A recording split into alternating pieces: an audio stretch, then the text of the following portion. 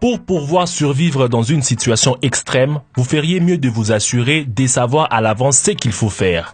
Après tout, lorsque viennent les moments cruciaux, il ne vous restera qu'une poignée de secondes pour agir. Pour aider à accroître la sensibilisation à la sécurité, une équipe de sauveteurs professionnels a présenté des instructions détaillées sur la conduite à tenir si vous êtes à bord d'une voiture qui coule rapidement. Aujourd'hui, je partage avec vous la recommandation la plus importante qui pourrait vous aider un jour à vous sauver et à sauver vos proches. Étape numéro 1. Dès que la voiture entre en contact avec l'eau, détachez votre ceinture de sécurité, baissez la vitre. Étape numéro 2. Sortez immédiatement de la voiture par la fenêtre la plus proche avant que les véhicules ne soient immergés. Les secouristes avertissent que vous n'aurez qu'une minute pour achever ces deux étapes avant que la voiture ne disparaisse sous l'eau. Ne perdez pas le temps d'essayer d'ouvrir la porte. Elle ne bougera pas en raison de la force de l'eau qui exerce une pression à partir de l'extérieur. Rappelez-vous la séquence. Détachez la ceinture de sécurité, baissez la vitre, sortir de la voiture. Et votre seule chance au salut. Une vitre manuelle vous donne de meilleurs moyens d'échapper. Cependant, tout n'est pas perdu si votre voiture possède des vitres électriques. Le professionnel remarque que, selon le résultat des tests, l'électronique d'une voiture continue à fonctionner pendant au moins 10 minutes après son immersion. Si vous n'arrivez pas à baisser la vitre de votre voiture, cassez-la. N'essayez même pas de briser les pare-brises. Il est fait en verre Securite très résistant au choc. Beaucoup de magasins en ligne proposent des outils spéciaux pour briser les vitres de voitures à des prix abordables.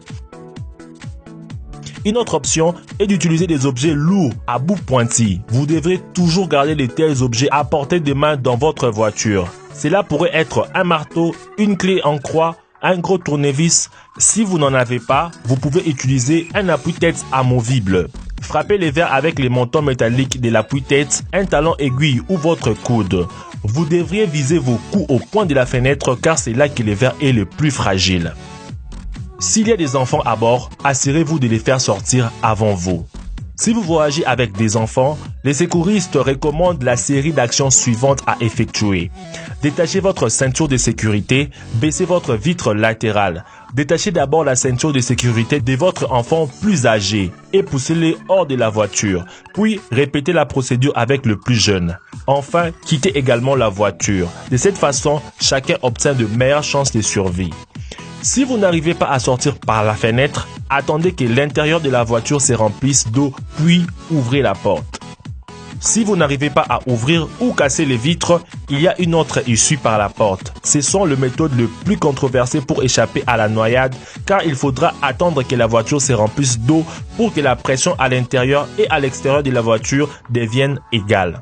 À ce moment-là, respirez le peu d'air qui vous reste, ouvrez la porte et nagez pour sortir. Un conseil des professionnels. Tenez fermement les poignées de la porte pendant que l'eau remplit la cabine. Rappelez-vous que la porte ne s'ouvre pas si facilement. Vous serez peut-être obligé de les pousser avec vos pieds. Suivez les bulles d'air pour trouver votre chemin vers la surface. C'est facile de se désorienter sous l'eau, surtout si l'eau est troublée. Pour trouver votre chemin vers la surface, nagez dans la même direction que les bulles d'air montantes. Encore une fois, rappelez-vous, dès que la voiture touche à l'eau, détachez votre ceinture de sécurité, baissez la vitre et sortez le plus rapidement possible. Merci d'avoir suivi cette vidéo jusqu'à la fin. N'oubliez pas de le partager partout pour sauver vos proches. Et n'oubliez pas de mettre un gros pouce bleu et de vous abonner à la chaîne si ce n'est pas encore fait. Quant à moi, je vous dis I love you. À nous revoir demain à la même heure pour une nouvelle vidéo. Ciao.